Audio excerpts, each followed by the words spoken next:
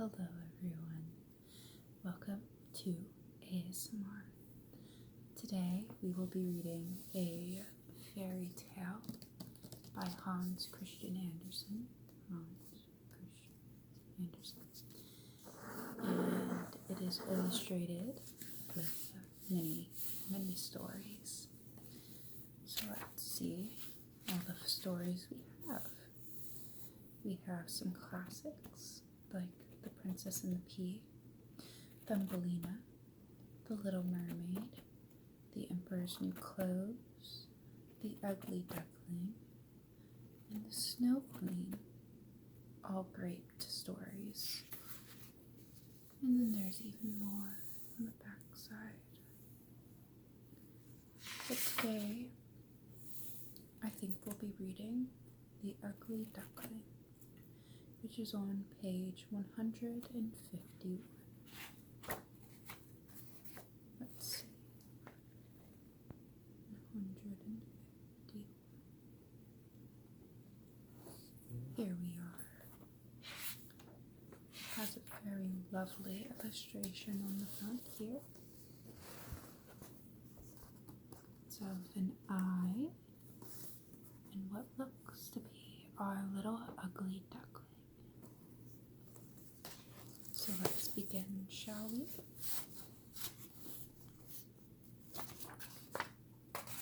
The Ugly Duckling by Hans Christian Andersen. It was so lovely out in the country. It was summer. The rye was yellow, the oats green. The hay had been gathered in stacks down in the green meadow. That's where the stork was walking around on his long legs speaking Egyptian, because that was the language he had learned from his mother. Surrounding the fields and meadows were great forests. In the middle of the forest were deep lakes. Oh yes, it was truly lovely out in the country. In the midst of the sunshine stood an old estate with a deep moat all around. From the walls and down to the water grew huge dock leaves that were so tall that little children could stand upright under the largest of them. It was just as wild as in the thickest forest, and this was where the duck was sitting on her nest. She had to sit there to hatch her little ducklings, but now she was getting tired of it because it was taking such a long time. The other ducks were more fond of swimming around in the moat than running over to sit on a dock leaf to chat with her. Finally, one egg cracked open after the other. Peep, peep, they said. All the egg yolks had come alive and were sticking out their heads.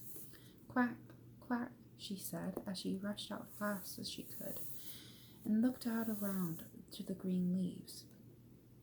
Their mother let them look as much as they liked, because green is good for the eyes. How big the world is, said all the youngsters, because now they had seen quite more room than when they were lying inside of the eggs. You think this is the whole world, said the mother. It stretches far and wide to the other side of the garden, all the way to the pastor's field, though I've never been that far. But you're here now, aren't you? And then she got up.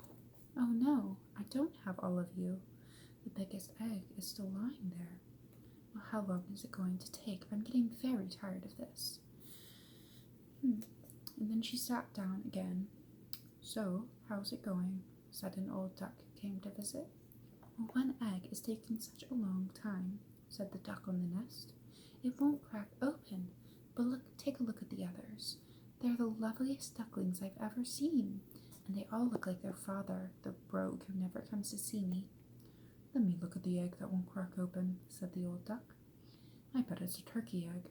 I was once fooled by that myself, and I had my share of troubles with those youngsters, because they're afraid of water. And let me tell you, I couldn't get them to go in. I quacked and I snapped, but it did no good. Oh, let me see that egg. It's a turkey egg, all right. Just leave it in here and go teach the other children to swim. I think I'll sit on it a while longer, said the duck. I've always been sitting here this long, so I might as well sit here for the rest of the summer. Be my guest, said the old duck, and then she left. Finally, the big egg cracked open. Peep, peep, said the youngster, and tumbled out.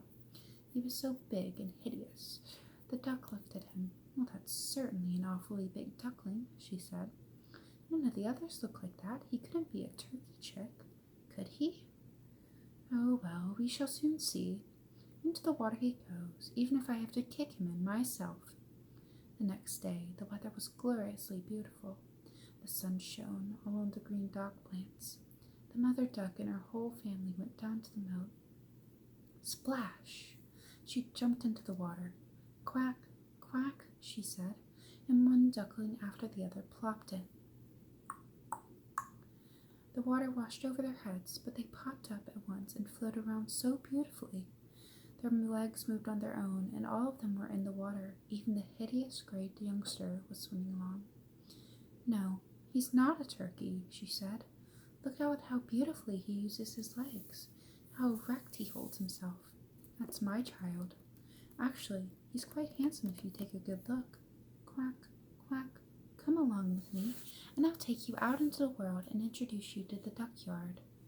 But stay close to me so that no one steps on you, and watch out for cats. Meow, meow. And then they went into the duck yard. There was a terrible ruckus going on because two families were fighting over an eel head, and then the cat ended up getting it. See, that's how things go in the world, said the mother duck, licking her bill because she too would have liked to have that eel head. Use your legs now, she said. See if you can't hurry it up and dip your necks to the old duck over there. She's the most refined of anyone here. She has Spanish blood. That's why she's so fat. And see there, she has a red rag around her neck, around her leg. And that's a remarkably lovely thing and the highest honor any duck can be given. She's so important that they won't get rid of her, and both animals and humans must respect her. Hurry up. Don't put your legs together. A well-mannered duckling keeps his legs far apart, just like father and mother. Come on now. Dip your heads, dip your neck, and say quack. And that's what they did. But the other ducklings standing around and looked at them and said quite loudly, Look at this, we got to deal with that bunch too. If there weren't enough of us already. Look at that duckling. We're not going to put up with him. And one of the ducks flew over and promptly bit him on the back of the neck. Leave him alone, said the mother. He's not hurting anyone. Yes, but he's too big and odd-looking, said the duck who had bitten him, and he's going to be pushed around. What handsome children that mother has, said the old duck with the rag around her leg. All of them are so handsome except for that one. That one certainly did not turn out too well. I wish she could hatch that one over again. That's not possible, Your Grace, said the mother duck.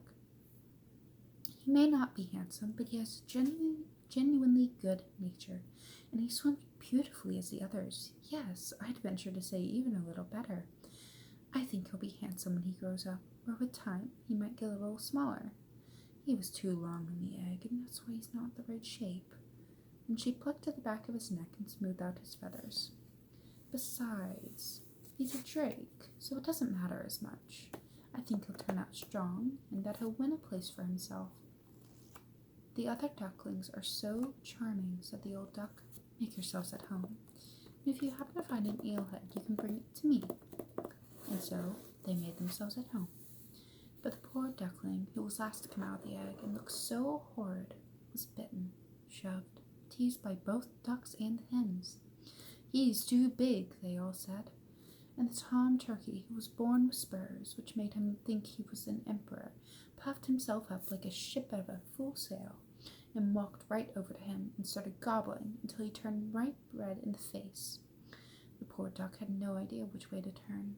He was very sad because he looked so hideous and was ridiculed by the whole duck yard.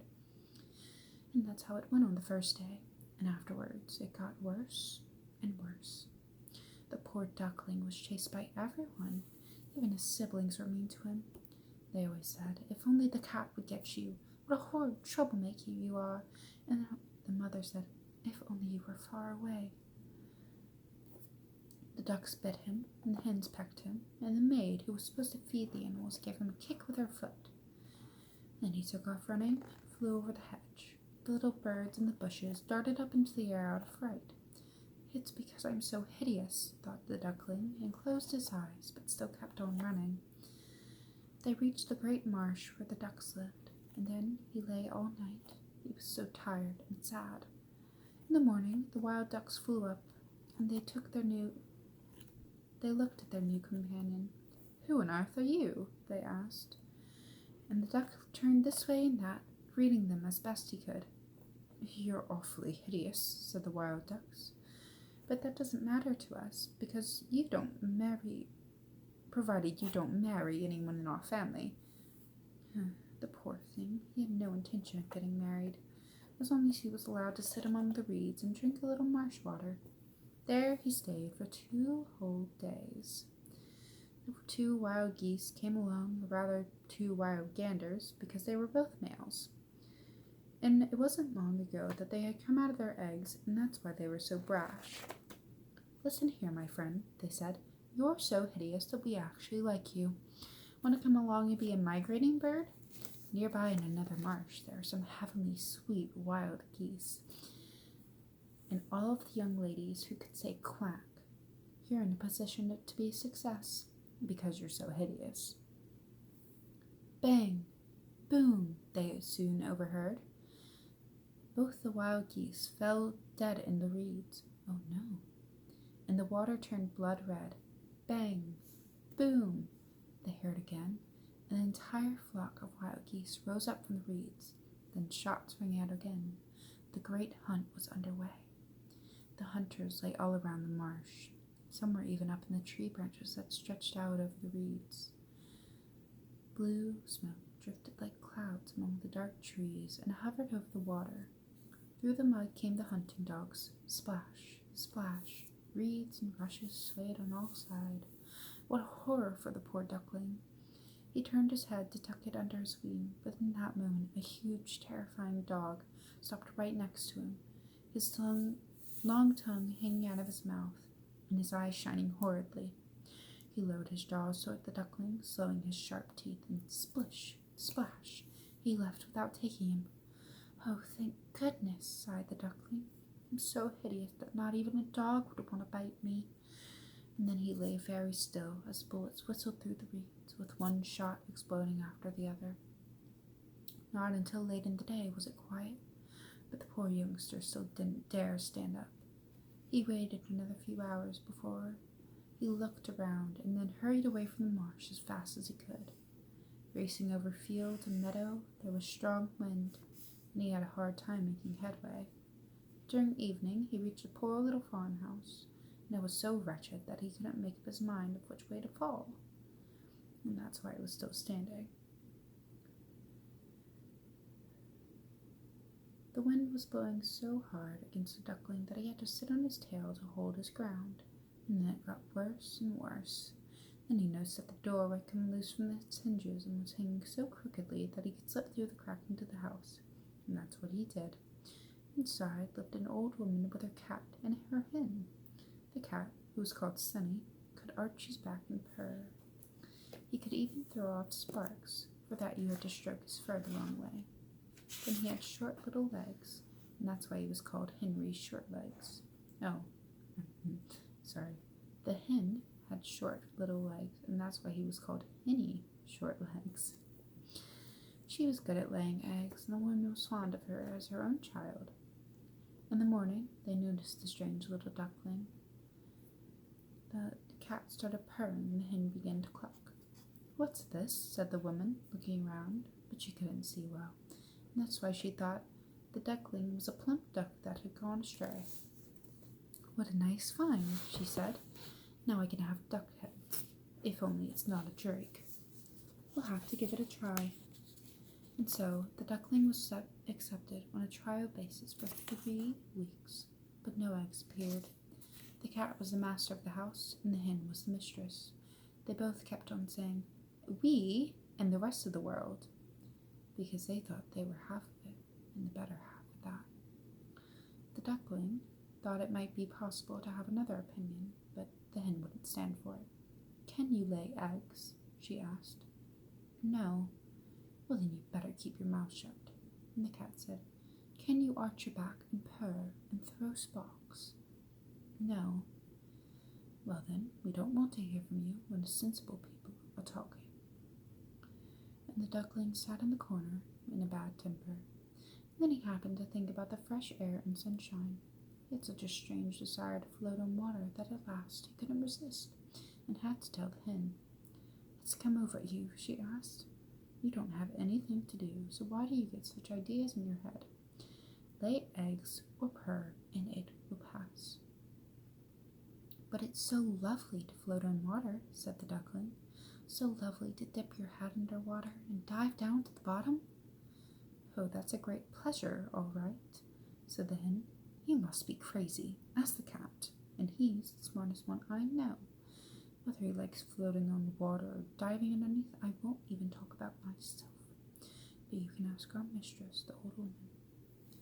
And there's no wiser than her in the entire world.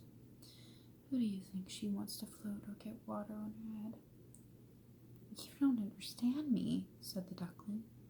"Well, if we don't understand you, then who does? You'll never be smarter than a cat or the old woman, not to mention myself. Stop making a fuss, child, and thank your Creator for all the kindness that He has shown onto you. Haven't you ended up in a warm house with companions that you can learn from? But you're a fool, and it's not amusing to be around you. Believe me, it's for your own good that I'm telling you these unpleasant things, and that's how you know who your true friends are. So see it to it that you lay eggs and learn to purr and throw sparks." "I think I'll go out into the wide world," said the duckling. "Well, go on," said the hen. But the duckling left. "Oh, and so," the duckling left. He floated on the water, then dove down, but all the animals ignored him because he was ugly. Then autumn came. The leaves in the forest turned brown and yellow. The wind seized hold of them, so they danced around, and the sky looked cold. The clouds hung heavy with hail and snowflakes, and on the fence stood a raven shrieking, "Ow! Ow!" from sheer cold. Yes, you could end up freezing just by thinking about it. Things certainly weren't going well for the poor duckling. One evening, as the sun was setting gloriously, a whole flock of lovely big birds came out of the thickets. The duckling had ever seen anything so beautiful. They were dazzling white with long supple necks. They were swans. They uttered quite a wondrous sound, spread out their magnificent long wings, and flew away from the cold regions to the warmer countries, to open waters. They climbed so high, and the little duckling felt quite strange. He spun around in the water like a wheel, stretching his neck up high into the air after them, uttering a cry so loud and strange that it scared even him. Oh, he couldn't forget those lovely birds, those happy birds. As soon as he lost sight of them, he dove straight down to the bottom, and when he came back up, he was practically beside himself. He didn't know what those birds were called or what they were flying, but he loved them as he had never loved anyone else. He didn't envy them in the least. How could they even think of wishing for such loveliness? He would have been happy if the ducks had merely allowed him to stay among them. Oh, the poor, ugly creature. And the winter was so cold, so cold. The duckling had to swim around in the water to keep it from freezing over. But every night, the hole in which he was swimming grew smaller and smaller. It froze so hard that the icy crust crackled. The duckling had to keep moving his legs or the water would close up. At last he grew so weak that he lay quiet and still, and then was frozen into the ice. Early in the morning, a farmer appeared. He saw the duckling, went out, smashed the ice to bits with his wooden clog, carried the birdie home to his wife. There, the duckling was revived. The children wanted to play with him, but the duckling thought they were trying to hurt him and flew in terror right into the milk basin, so the milk splashed all over the room. The farmer's wife screamed and flapped her hands in the air. The duckling flew into the trough of butter, and then the flour barrel, and out again. And what a sight he was!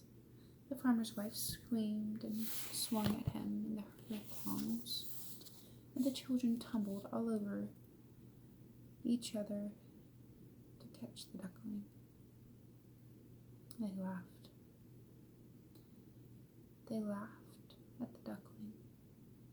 There he stood, in a daze, after he rushed out into the newly fallen snow. But it would be much too sad to recount all the suffering and misery he had to endure that harsh winter. He was lying in the marsh among the rushes when sunshine once again began to feel warm and the larks sang. It was a lovely springtime. Then all of a sudden he lifted his wings, and they flapped stronger than before and powerfully carried him away. And even before he knew it, he was in the great garden where apple trees stood in bloom, where lilacs hummed fragrantly in their long green boughs, all the way down to the winding waterways. Oh, it was so lovely there, so springtime fresh. All right in front of him, out of the thickets, came the 3 lovely white swans. They ruffled their feathers and floated so lightly on the water. Duckling recognized the magnificent creatures and was stirred by a strange sadness. I'll fly over to them, those royal birds, and they'll peck me to death because someone like me, who is so hideous, dares approach them. But it doesn't matter. Better to be killed by them than to be nipped by the ducks, pecked by the hens, kicked by the maid who tends the chicken coops, and to suffer so terribly all winter. And he flew out into the water and swam over to the magnificent swans. They saw him and came gliding toward him with ruffled sweaters. "Go ahead and kill me," said the poor bird as he bent his head down to the surface of the water and waited for death. But what did he see in the clear water? He saw beneath him his own image, where he was no longer a clumsy, grayish-black bird, horrid and hideous. He was a swan. It doesn't matter if you're born in a duckyard when you've been lying in a swan's egg. It actually felt glad about all the suffering and the hardships he had endured. Now he could appreciate his happiness and all the loveliness that awaited him. And the great swan swam all around him, stroking them with his bills. Several little children came into the garden. They threw bread and grain into the water, and the youngest of those cried, "There's a new one!" And the other children also shouted joyfully, "Yes, a new one has arrived!" And they clapped their hands and danced around. They ran to find father and mother. Breads and cakes were tossed into the water, and they all said, "The new one is the most beautiful of all, so young and so lovely." The old swans bowed to him. Then he felt quite bashful and tucked his head behind his wings. He didn't know what to make of it. He was much too happy, but not the least bit proud, because a good heart is never proud. He thought of how he had been battered and scorned, and now he heard everyone say that he was the loveliest of all the lovely birds. The lilacs dipped in their bows all the way down to him in the water, and the sun shone so warm and so fine. And then he ruffled his feathers, raised his slender neck, and rejoiced with all his heart. I've never dreamed of so much happiness when I was the ugly duckling. And that is the story of the ugly duckling. We all know the moral of the story, which is, don't be discouraged by who you think you are, because it's not always true. And if anyone else discourages you, you'll get through it. You'll get past those hardships and it will be okay. Always keep going like the ugly duckling is, and you will find your place. Thank you all for watching. Good night.